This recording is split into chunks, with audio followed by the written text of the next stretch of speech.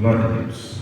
Abra sua Bíblia em Atos dos Apóstolos, no capítulo de número 14. Estamos já há algumas semanas estudando o livro de Atos dos Apóstolos. Teve semana que nós estudamos 2 capítulos, então nós não temos 14 semanas. Nós temos aproximadamente umas 11 semanas, mais ou menos, estudando o livro de Atos dos Apóstolos. E Deus tem nos abençoado e nos dado a sua graça através dessas mensagens. E você que perdeu alguma terça-feira, lá no canal do YouTube, elas estão todas salvas, em sequência lá, a série do livro de Atos dos Apóstolos. Quem achou, diga amém? Nós vamos ler só os primeiros versículos, porque dentro da mensagem nós vamos falar sobre as outras coisas, então não há necessidade de a gente ler todo esse capítulo até para a gente ganharmos tempo.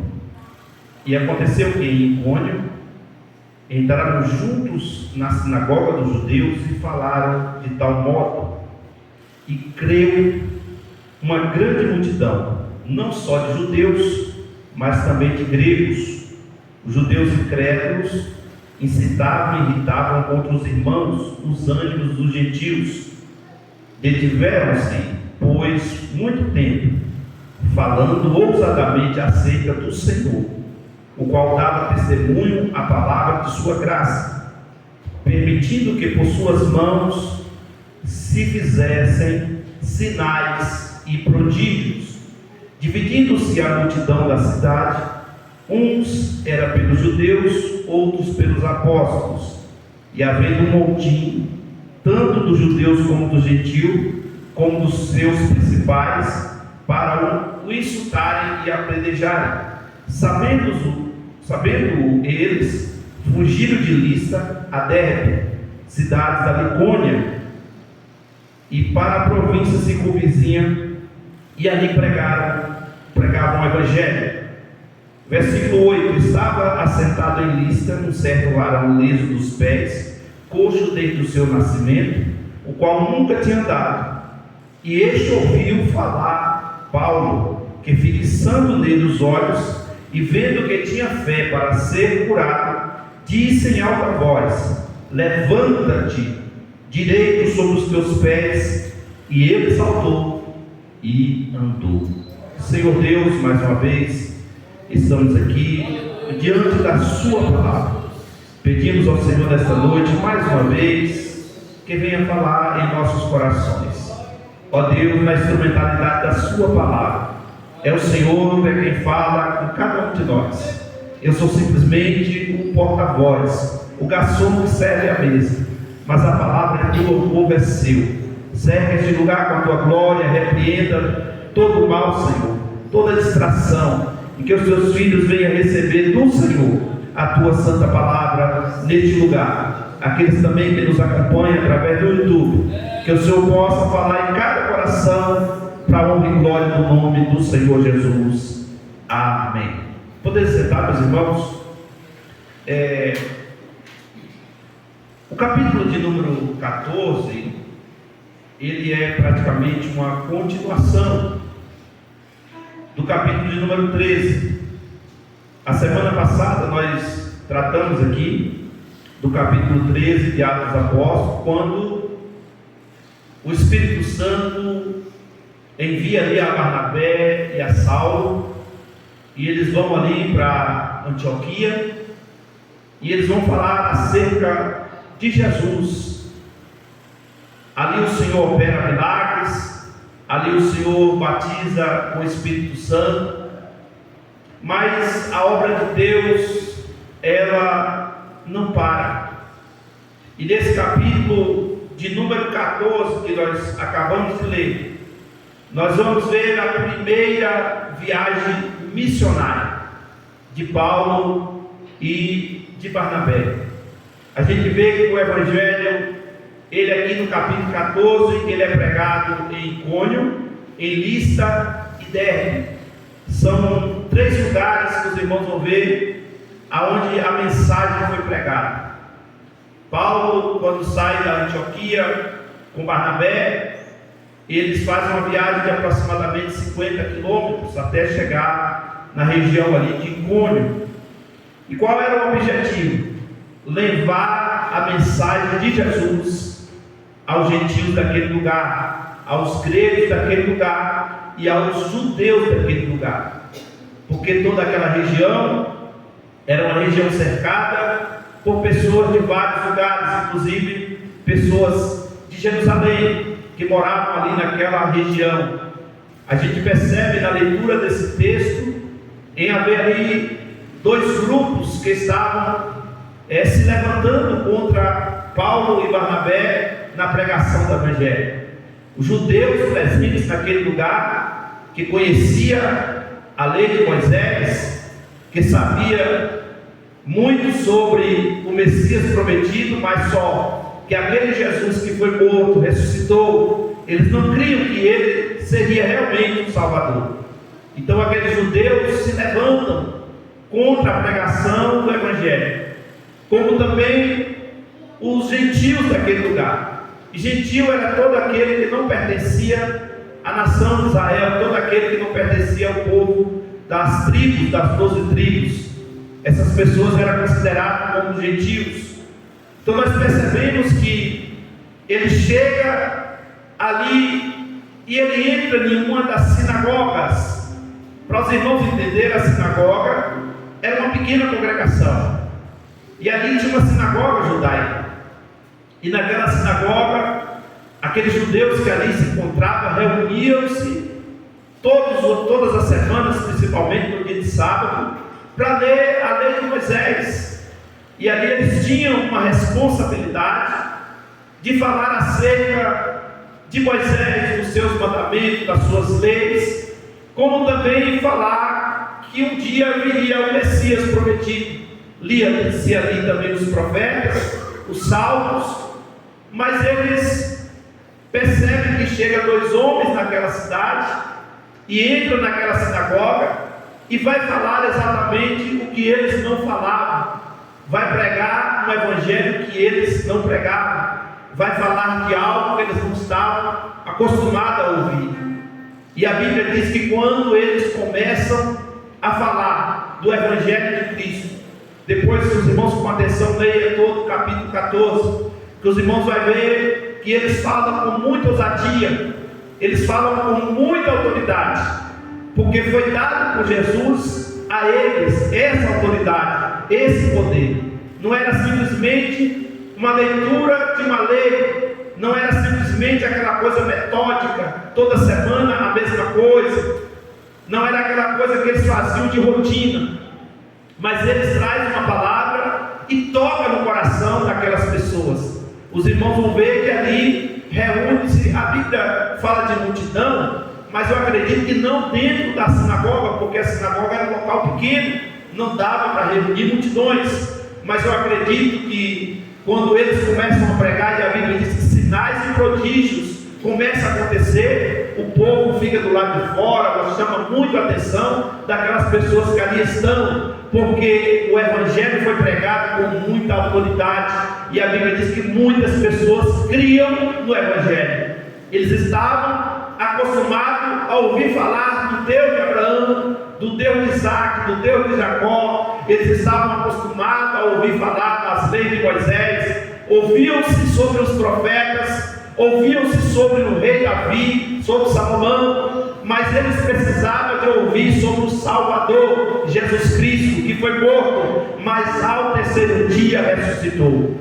Então, para a gente entender, irmãos, o apóstolo Paulo está na sua primeira viagem missionária, de muitas viagens que Paulo fez durante o seu percurso, quando ele esteve presente naquela época. Essa foi a primeira viagem, literalmente, missionária, que nós chamamos de missão transcultural. Ele sai de um ambiente para outro. Para os irmãos entenderem essa cronologia, eu não fiz uma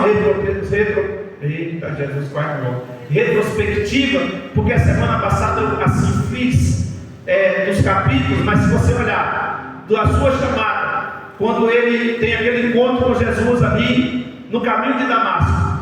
3 dias depois, ele já está batizado com o Espírito Santo, já tinha colocado as mãos sobre ele, já estava pregando a palavra, e agora, de perseguidor, com carta na mão para perseguir o povo de Deus, ele volta convertido e ainda mais cheio do Espírito Santo.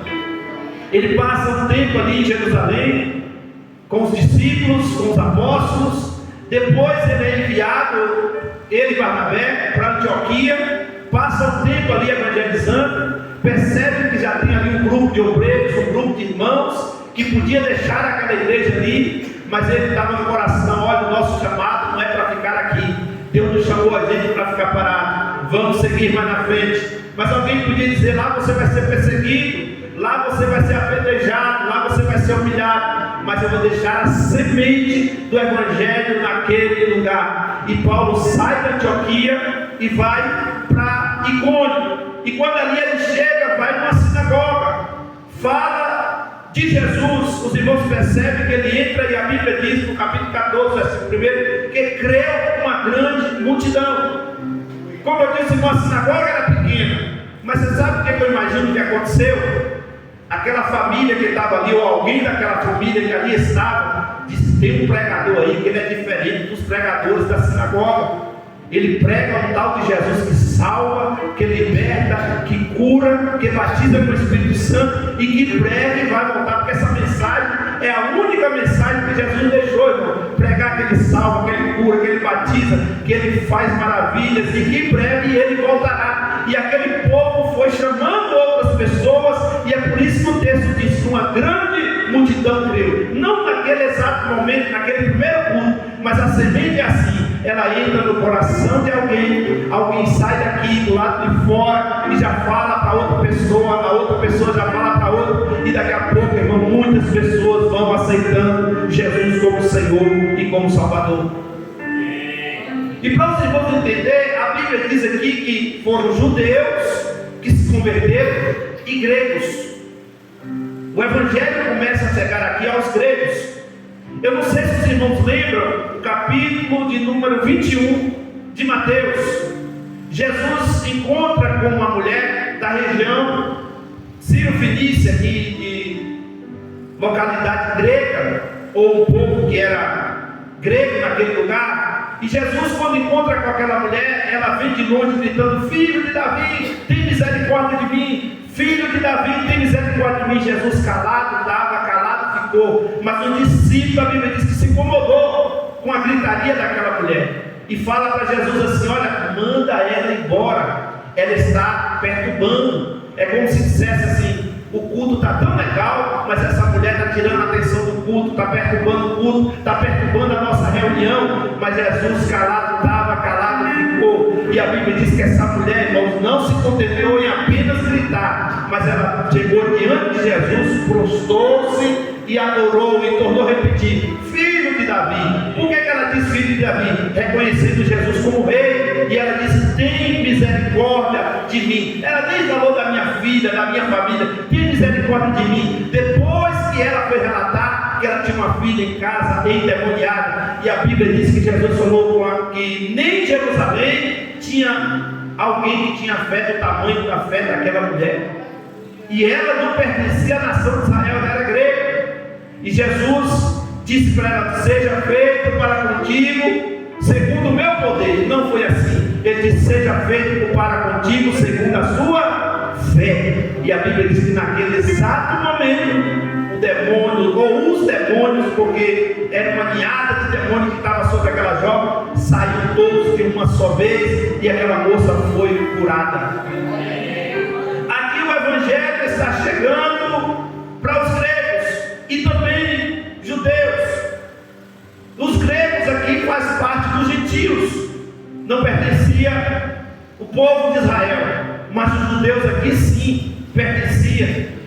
É como alguém que sai daqui e vai morar em outro lugar, mas quando alguém pergunta: você é da onde? Eu sou da Bahia. Nasceu aonde? Eu nasci em Vitória da Conquista, eu nasci em Guanambi, eu nasci em outro lugar. Você tem uma identidade, você sabe onde você nasceu. Esses judeus estavam morando em outro lugar, mas eles sabiam quem eles eram. Irmãos, os judeus têm uma coisa que nós brasileiros não temos: se você perguntar para qualquer judeu de qual tribo ele sabe, porque isso vai passando de geração a geração. Ele fala: sou da tribo de Levi, sou da tribo de Benjamim, sou da tribo de Judá. Eles sabem, porque eles carregam consigo a sua identidade. E aqui esses judeus que estavam lá sabiam de tudo e conhecia Moisés, conhecia Abraão, conhecia Isaac, conhecia Jacó através dos manuscritos, mas eles ainda precisavam conhecer a Jesus de Nazaré, que foi morto, mas ao terceiro dia ressuscitou, e estava usando ali o apóstolo Paulo e Barnabé para trazer uma mensagem de salvação para eles.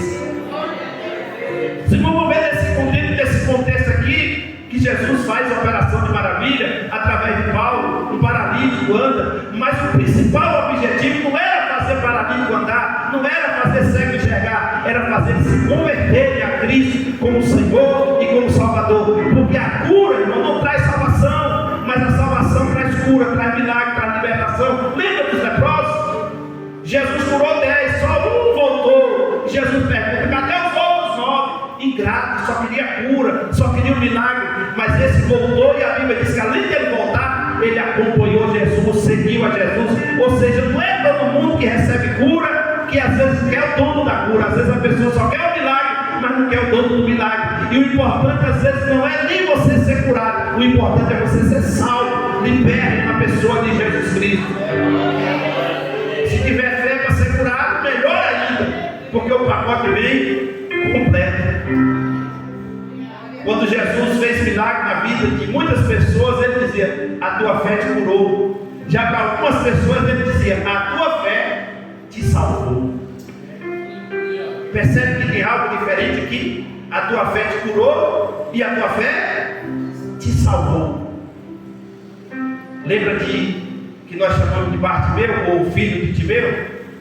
Ele diz: a tua fé te salvou. Além de ele ser curado, ele foi salvo, foi liberto e começou a seguir a Jesus. Então vamos lá. Aqui no capítulo 14, versículo de número 1, a gente vê a entrada dele ali na sinagoga, e muitas pessoas se convertem. O versículo de número 2, a gente vê já uma oposição se levantando, influenciada pelos gentios contra os apóstolos. O versículo de número 3, nós vemos a pregação com ousadia. E aqui, irmãos, é o que eu estava falando, começa a acontecer sinais e maravilhas. Os sinais, irmãos, é a mudança de comportamento, mudança de vida. As maravilhas de Deus na vida das pessoas é o povo se maravilhando do que estava acontecendo, não só de curas físicas, mas de curas espirituais. Pessoas libertas de opressão maligna, pessoas libertas de muitas incredulidades da época, pessoas libertas da falsa religiosidade, porque o que acontecia nessa época, irmão, era uma religiosidade tremenda, porque o povo, irmãos, eles eram muito religiosos, no sentido de todos os sábados estar nas sinagogas, adorando o Deus de Israel, porém de forma errada.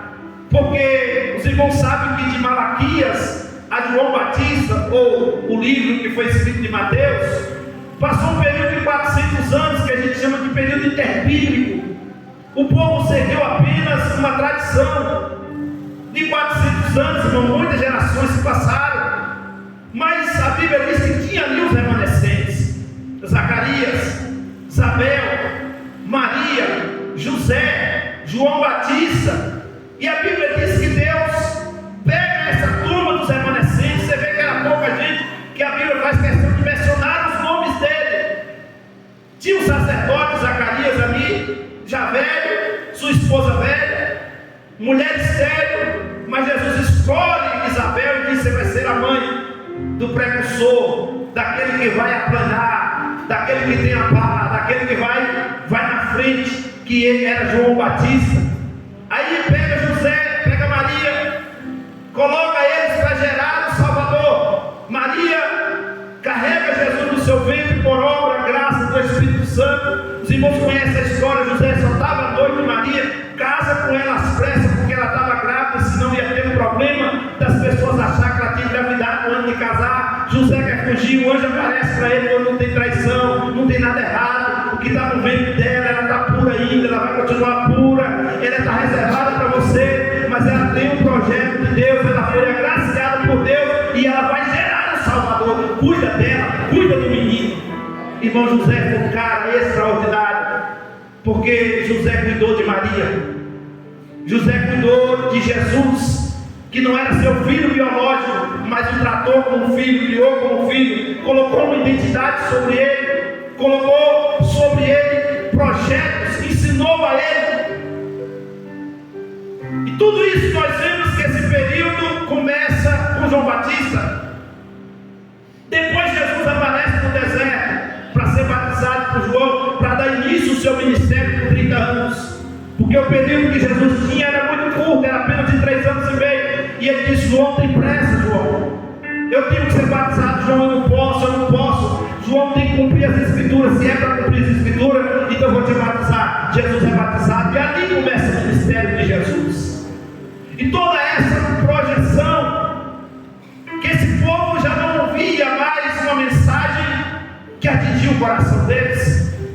Eles ouviam mais mensagens metódicas, aquela coisa de chegar aos sábados ali. A gente vê isso em Lucas, no capítulo de número 4, que Jesus chega em uma dessas sinagogas. Dentro dessa sinagoga tinha 3 cadeiras, uma do sacerdote, outra do sumo sacerdote, e uma cadeira que era chamada a cadeira de Moisés. Nessa cadeira ninguém podia sentar, porque essa cadeira estava reservada para o Messias prometido, para o rei prometido. E eles, simbolicamente, em cada sinagoga, ele colocava aquela cadeira. E um dia Jesus chega lá e eles abrem um livro e dá para ele o livro do profeta Isaías. E era comum os sacerdotes e os mestres não falar em pé, eles falavam sentados.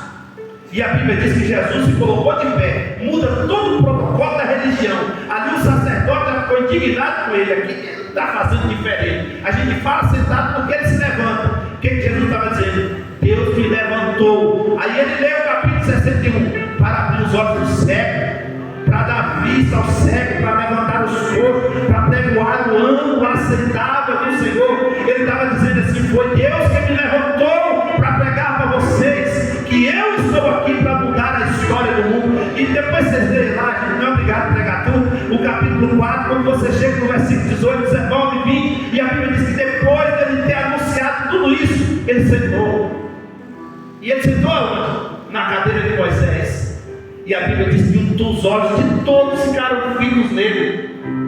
E você sabe por que o povo fixou os olhos dele? Por quem é esse para estar usurpando a cadeira que não é dele? Porque até então eles não sabiam que quem estava ali era o Rei dos Reis, o Senhor dos Senhores, o Messias prometido de Deus. Houve uma rejeição muito grande por parte deles sobre Jesus. Os irmãos conhecem muito bem a perseguição. E Jesus, quando foca no seu discípulo, ele diz assim: olha, pode pregar o Evangelho. Vocês vão ser perseguidos, vão ser humilhados, mas aquele que perseverar até o fim será salvo. Continue. E Paulo aqui, irmão, chega exatamente também numa sinagoga, prega o Evangelho. E aqui vai uma grande perseguição diante deles. Porque no versículo 5 e 6, nós vemos aqui que o povo tem uma tentativa de apedrejamento. Lá na frente eles conseguem. Por que eles querem apedrejar Paulo e Barnabé? Porque para eles estavam pregando um falso evangelho. Na cultura deles, a Bíblia diz que foram os judeus que incitaram os gentios para perseguir a Paulo e Barnabé. Só que quando a gente chega no versículo de número 5, e havendo um monte tanto dos judeus como dos gentios, como os principais, insultaram, apedrejaram. Você sabe quem são os principais aqui? Eram os pastores daquela igreja, que não estavam acostumados com alguém pregar com autoridade, com unção que Paulo estava pregando.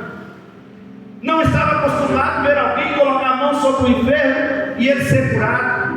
E a Bíblia diz que, sabendo que eles estavam tramando a apedrejar, eles fugiram. Agora eles saem de Icônio e vai para Listra, e vai para 10 cidades da Icônio.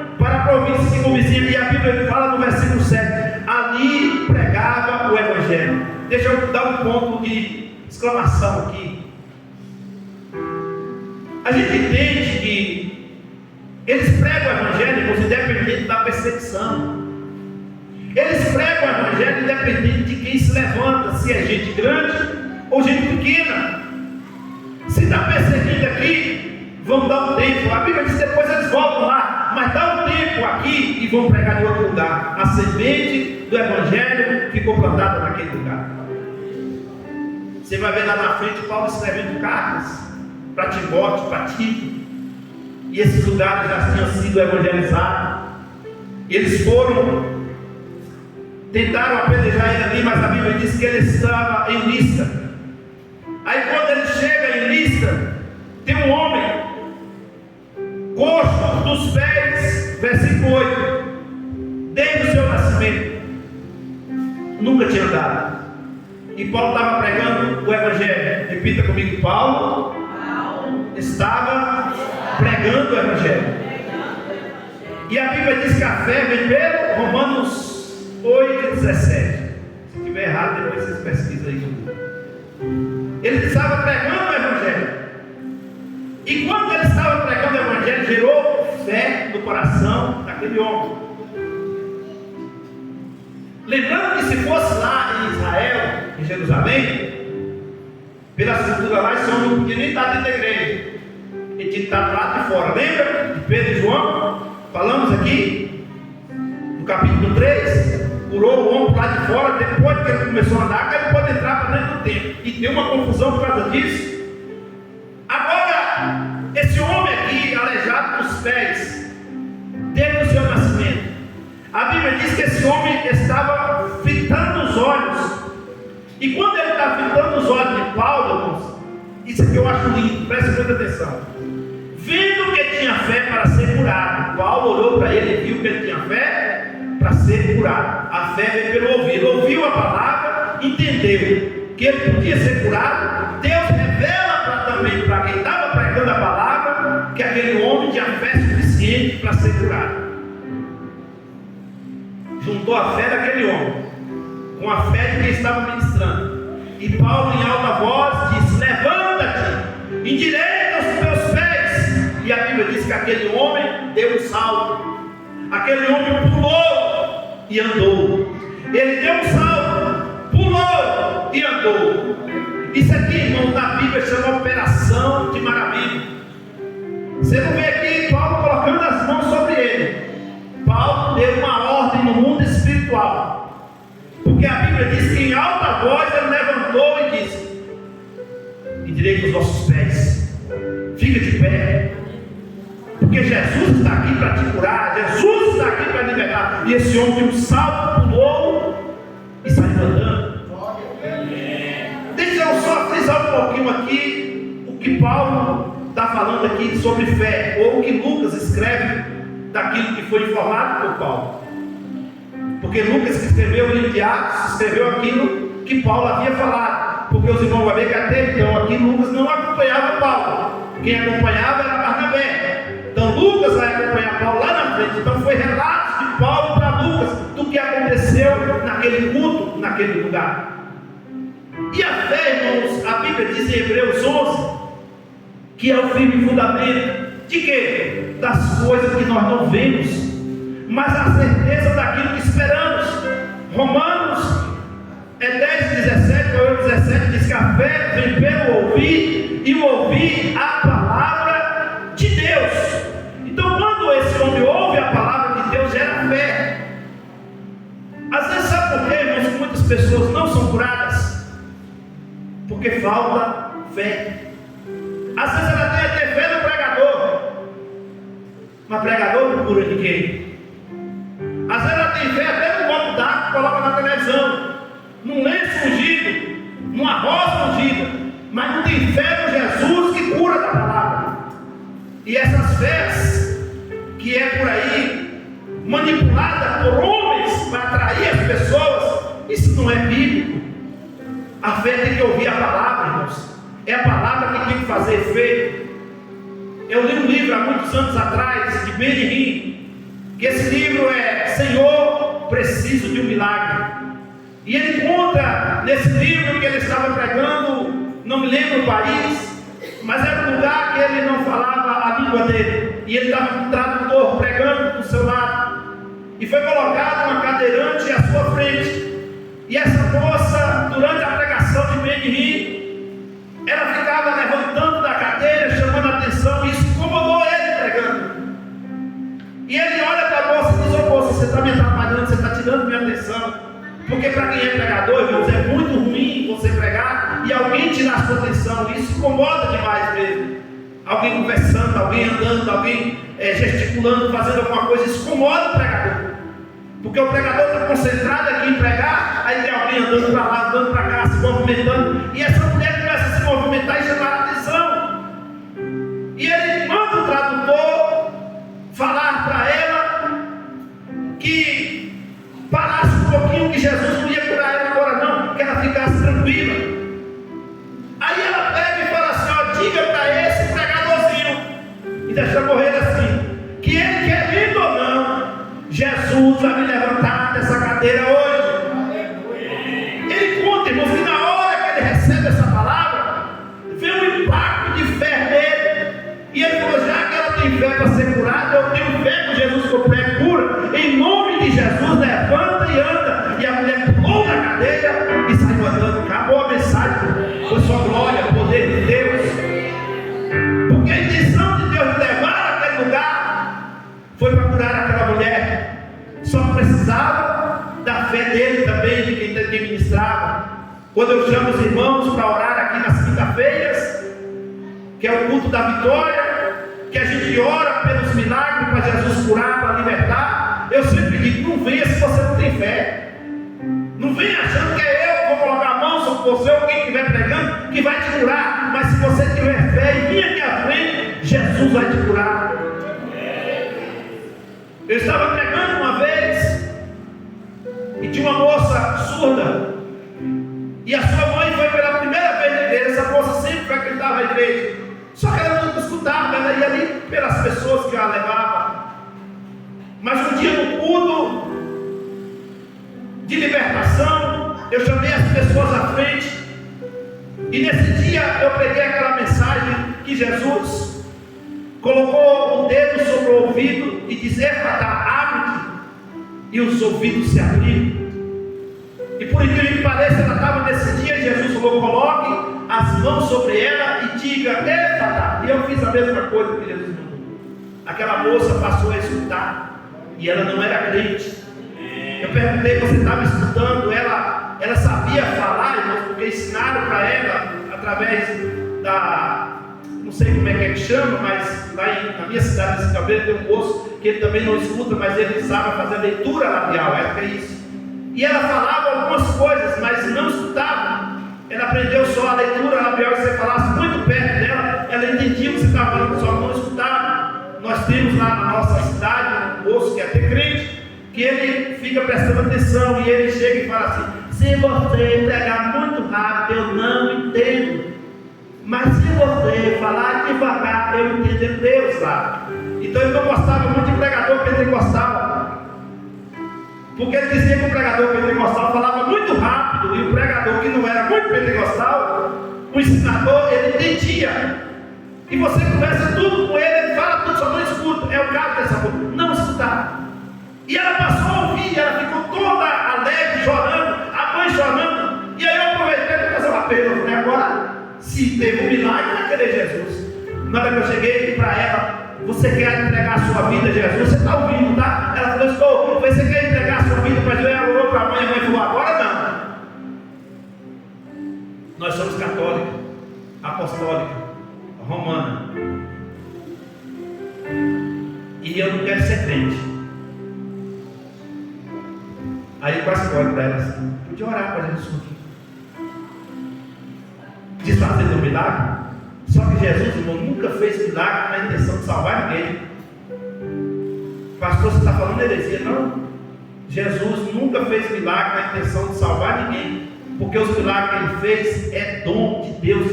E outra coisa, irmão, eu falei aqui dos leprosos, dos 10, só um ficou crente. Jesus perguntou: cadê os outros? Foi tudo embora. Você imagina quantos milagres Jesus fez, irmão? Nós contamos aqui no dia 35, né? Na Bíblia é registrado. Mas a Bíblia diz que multidões, João falou que se fosse escrever os livros não caberia. Quando ele foi ascendido ao céu, nós estamos dentro do livro de Atos, estamos dentro do livro de Atos ainda, tinha 500 irmãos, 120 apenas foram para o Senado. Tirando os 12 apóstolos, 108 pessoas.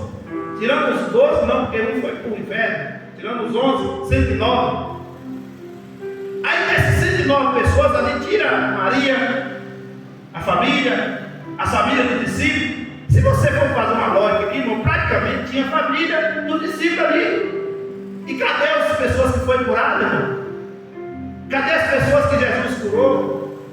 Cadê o filho de Timeu que a gente não vê? Cadê todo mundo que recebeu cura, que recebeu milagre? Nem todo mundo que recebeu milagre acompanhou Jesus. Foi por isso que para uns ele disse: a tua fé te salvou. E para outros ele disse assim: olha, vai, não peques mais. É só não pecar mais para o milagre continuar na tua vida. Então não é o problema do milagre, porque Jesus fez milagre e muitas pessoas estão acompanhadas. Mas aqui a gente vê que a fé gerou um milagre na vida daquele homem que ali estava ouvindo a palavra de Deus. E foi a primeira pregação que Paulo fez naquele lugar. De Antioquia a Sicônio ou Icônio, 50 quilômetros aproximadamente. De Icônio a Listra, mais ou menos 75, que ele foi fazendo a viagem, depois ele vai para dentro. E a gente vê que cada lugar aonde ele chega, a intenção era de pregar a palavra. Agora os irmãos vão ver que as multidões que ali estavam, eles, depois que acontece esse milagre, eles acham que Paulo é Deus, é um Deus grego, e que Barnabé também é. E eles acham que um é Júpiter e que o outro é Marte. Está aí no versículo 12. Começou a achar que eles eram um Deus que tinha sido enviado para ele. Irmãos, eles não estavam acostumados a ver paralítico andar. Eles não estavam acostumados a ver uma pregação com autenticidade, com autoridade que Paulo estava pregando. Então eles começam a querer venerá-los, porque eles seguiam uma cultura grega. E dentro da cultura grega, Júpiter, Marte, principalmente Mercúrio, melhor dizendo, não Marte. Esse Mercúrio, por exemplo, era o deus deles do comércio. Era o deus da prosperidade, era o deus que ajudava os comerciantes. Então ele estava dizendo assim: esses homens é enviado de Mercúrio, é enviado desse deus Mercúrio, é enviado desse deus Júpiter, que são planetas, mas eles entendiam para eles que era um deus. Só que nesses lugares, irmãos, dos planetas, tirando o planeta Terra, foram na Lua. Diz que colocaram uma bandeira lá, eu não acredito, mas eles dizem que colocaram. Eles estão até hoje tentando descobrir se há vida em outros planetas, principalmente em Marte. Mas não tem, irmãos. Está tudo aqui na Terra. Não tem Deus lá, não tem Deus, não tem nada. Só são simplesmente planetas que Deus criou. Mas aqui, aonde Deus colocou o povo, eles achavam que era alguém que veio de lá, porque eles ainda não conheciam Deus que Paulo estava pregando. Porque Jesus diz: a salvação vem dos judeus. Então Paulo estava pregando Deus que foi enviado para Jerusalém, que foi enviado aos judeus para a salvação. E eles só eram simplesmente o canal de Deus.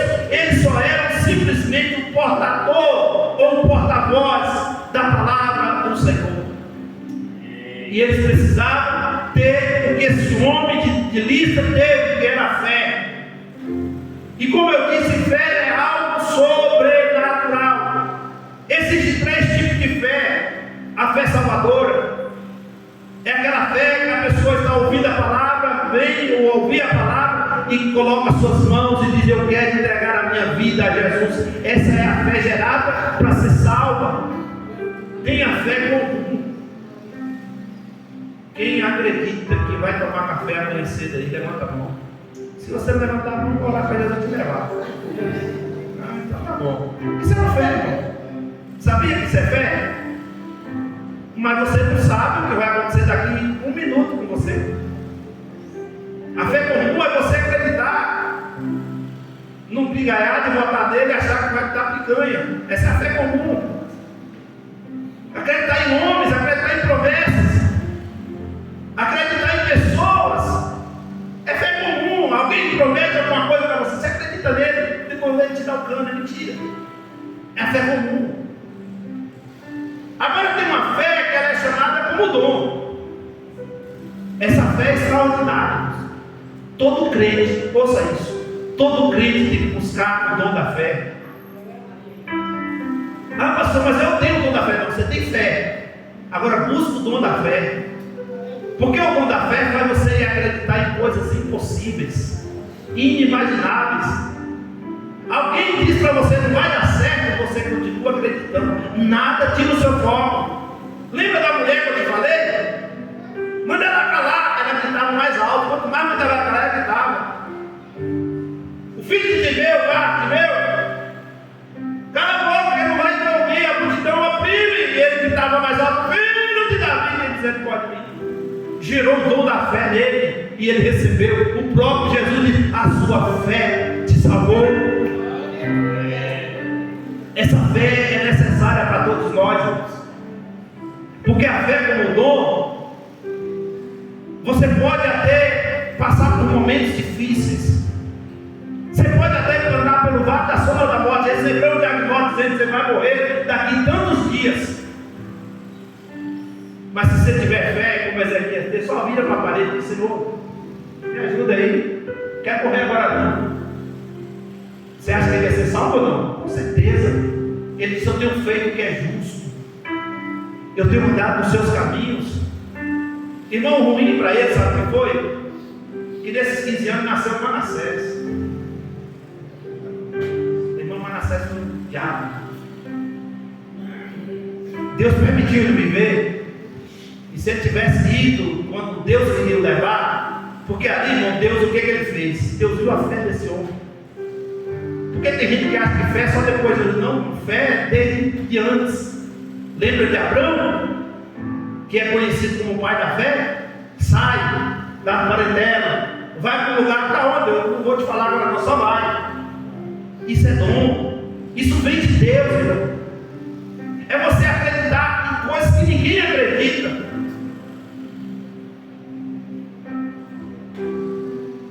Alguns estudiosos dizem que Paulo era esquizofrênico. Por que ele fala que Paulo era esquizofrênico? Porque Paulo falava que foi num lugar, no terceiro céu, que viu coisas que não podia contar, que foi colocado um espinho na carne sobre ele. Paulo falava que não sabia se no corpo ou fora do corpo. Esse cara foi. E a esquizofrenia, segundo a ciência, é você ouvir. Você ouve coisa que ninguém ouve, fala o que ninguém fala, vê o que ninguém vê.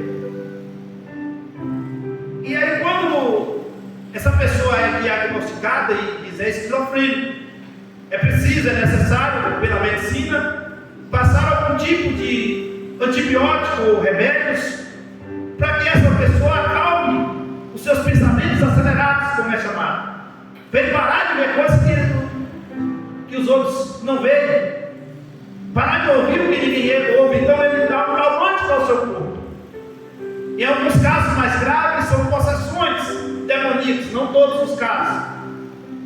Mas se você olhar, quem tem o dom da fé, irmãos, se alguém olhar para você e dizer: mas cara, isso aqui é frente.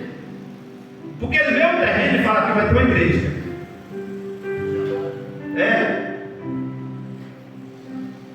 Ele tem um problema grande e ele fala assim: rapaz, eu já estou sentindo o cheiro, eu estou sentindo o gostinho da vitória. Ele está dizendo assim: olha, eu fecho os olhos aqui, carnais, mas pelos olhos da fé eu estou vendo um milagre. Isso é dom. A minha oração, irmãos, que Deus venha te dar esse dom. Às vezes alguém chega: pastor, eu sou um homem de fé. Irmão, o que eu mais busco é ter fé. Porque eu tenho que acreditar naquilo que os outros não acreditam. Eu tenho que ver aqueles que ninguém vê, não só como líder, mas como homem de Deus. Eu tenho fé no meu coração, porque antes de ser pastor já era crente, já servia a Deus e já tinha fé no meu coração.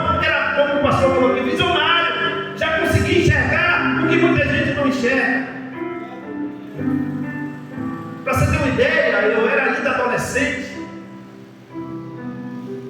E eu sempre fui aquela pessoa de pensar mais à frente. E aquele tempo dos orelhão, e não era esses orelhão de cartão, eu sou do tempo da ficha ainda. Não sou muito velho não, mas eu estava dentro das fichas, tá caindo. Os telefones que tinham nas casinhas, nos comércios, ali você... Irmão, quem tinha um telefone, irmão, era rico.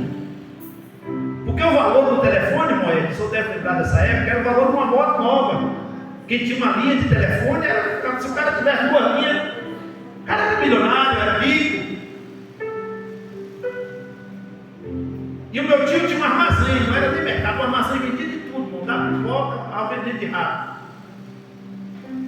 ao pão, tudo que você pensar tinha um armazém. E ali tinha um fone, uma casinha, tinha um nome Fala e Fácil.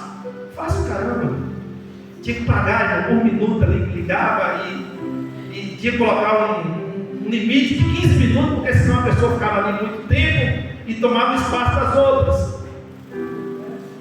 E quando eu vi aquilo ali, eu falei, será que algum dia na minha mente alguém vai ter um telefone na mão para falar? E eu já pensava sobre isso, e hoje nós temos isso. Eu consegui enxergar isso há 32, 35 anos atrás. Quando eu cheguei em São Paulo, começou já a modificar, apareceu o BIP.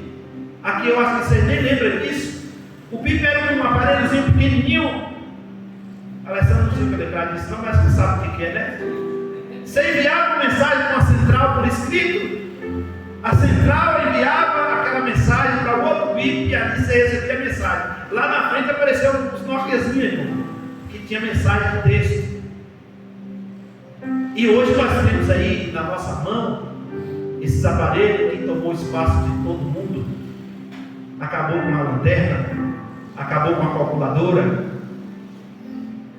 Tem um negócio aí que diz que até mede pressão, não é mentira aqui, irmão. Só com o dedo ali, está medindo, mas ele mede a velocidade que você está caminhando, você está andando. Tem um GPS.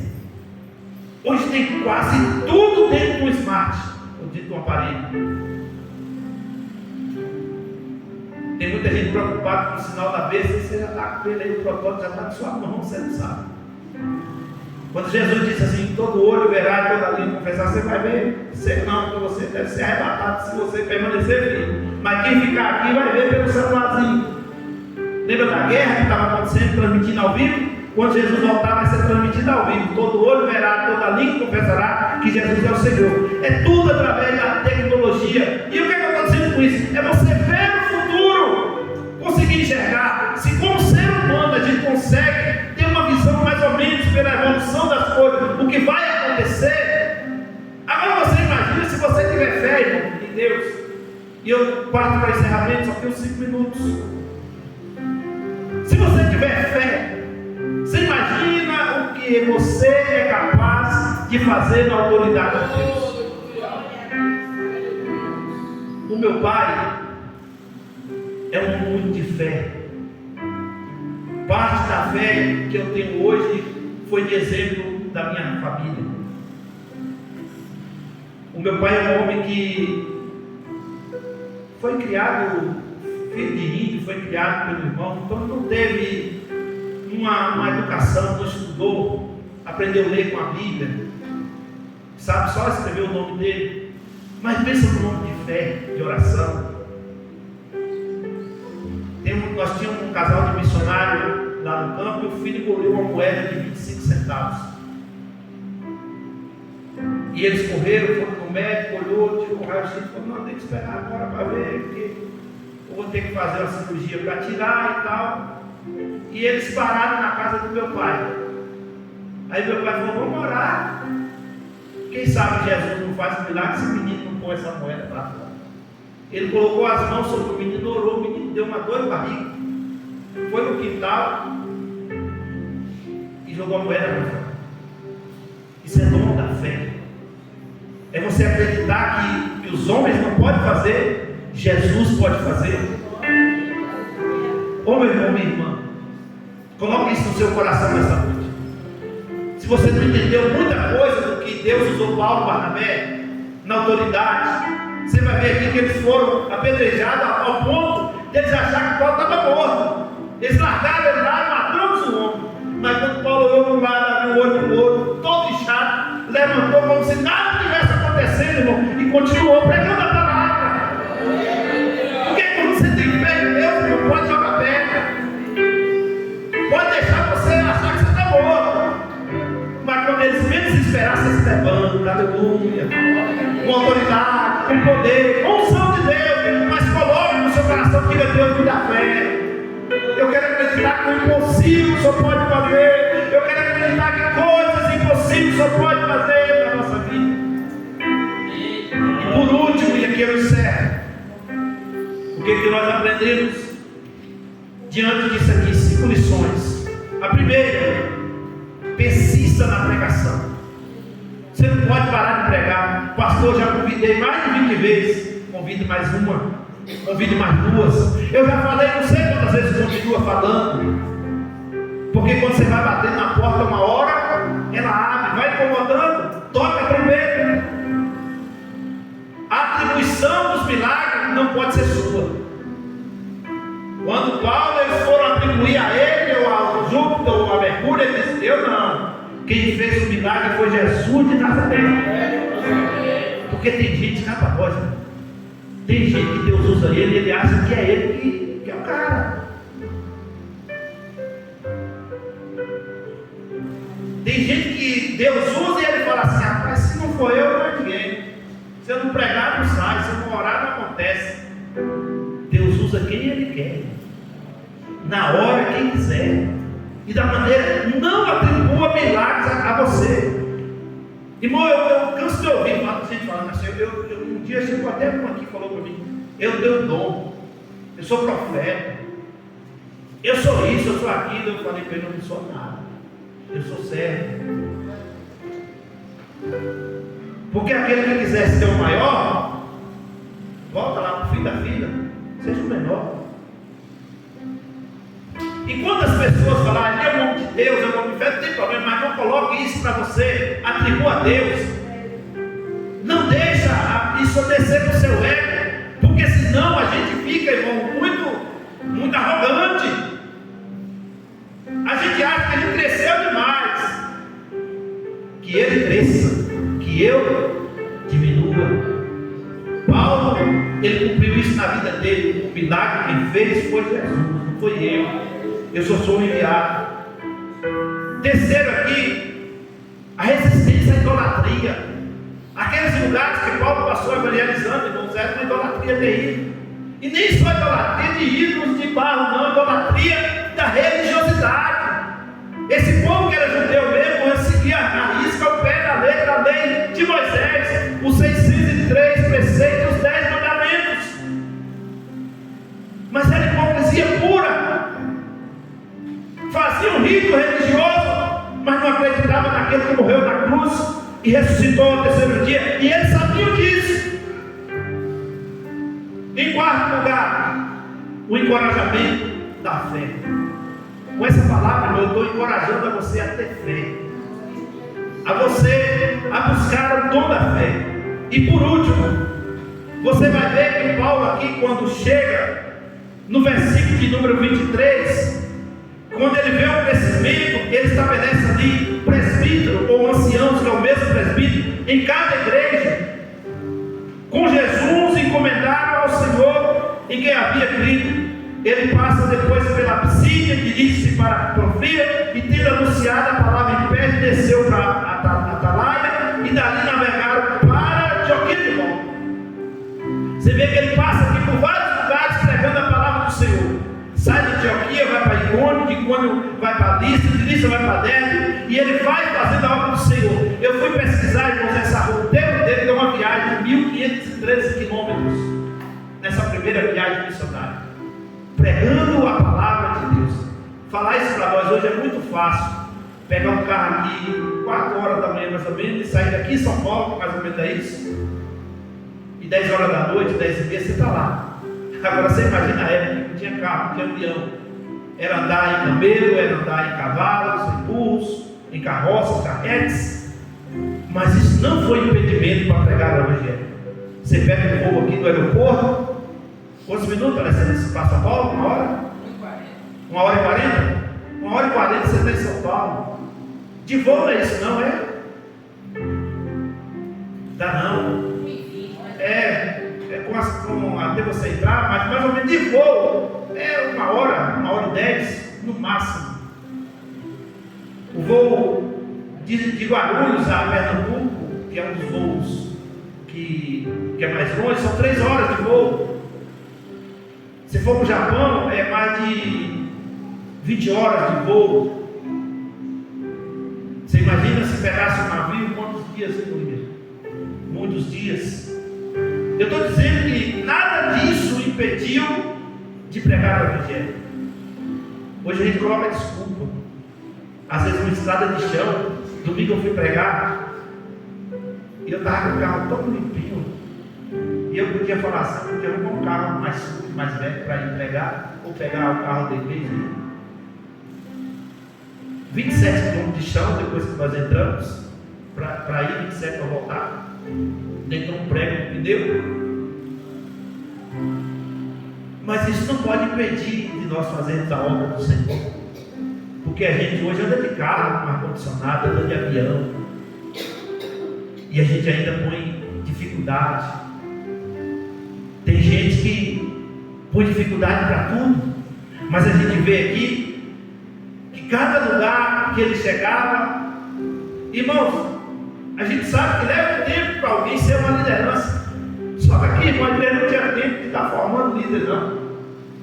Recebeu o Espírito Santo, o Senhor foi cheio do Espírito Santo, vai, conversa, pega, usando a nossa linguagem, pega uma caixa de som e vai pregar, abre um ponto ali, vai ganhar algo para Jesus. Depois eu volto cuidando desse povo.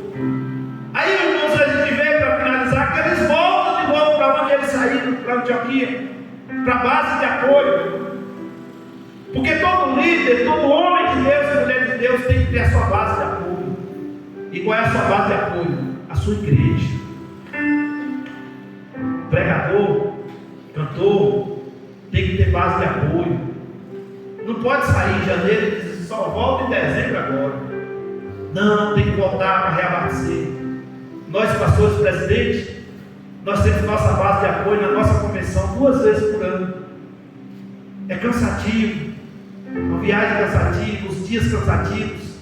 A gente chega ali de manhã, a gente chega ali 7 e pouca da manhã, sai dali, meio-dia para almoçar, volta à tarde de novo, fica até de noite, sai 9, 9h30, volta, dorme um pouquinho, descansa, volta no outro dia. Isso durante os dias que a gente fica lá, mas é a nossa base de apoio para a gente reabastecer a nossa vida.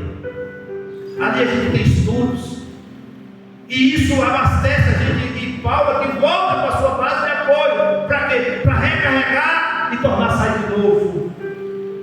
É por isso que eu não confio em gente que sai por aí dizendo: eu sou itinerante, pergunta, quem é seu pastor? Não tem igreja não tem pastor, porque eu chego, pastor é pastor daquela igreja. Não existe isso. Tem que ter pastor, tem que ter igreja, tem que vir no culto de doutrina, tem que vir na ceia, tem que estar ali congregando, porque quem não senta para ouvir, não pode ficar de pé para ensinar ninguém. Fica de pé que eu quero orar para vocês.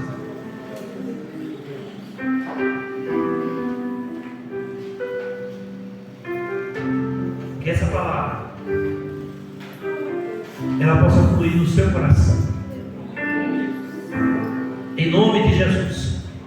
Que ele possa, o Senhor, gerar no seu coração encorajamento, fé, ânimo, que você possa entender o chamado de Deus, ser usado por Ele, que você possa receber os dons espirituais, nem só o dom da fé, mas o dom de operação de maravilha, que foi o que Deus usou Paulo para curar aquele homem. Para tu abrir a sua boca, você tem uma palavra de autoridade de Deus. Pai, em nome de Jesus eu oro a Ti e peço ao Senhor nesta noite, em nome de Jesus, que o Senhor venha, meu Deus, continuar falando em cada coração, e que o dom da fé, o dom do amor, ó Senhor, possa ser gerado em cada coração, que os dons espirituais possam se manifestar no meio do teu povo. Eu oro a Ti e te agradeço em nome de Jesus. Amém. Que o amor de Deus, a graça de nosso Senhor Jesus Cristo, as consolações do Espírito Santo Seja com toda a igreja e com alegria todos possam dizer: certamente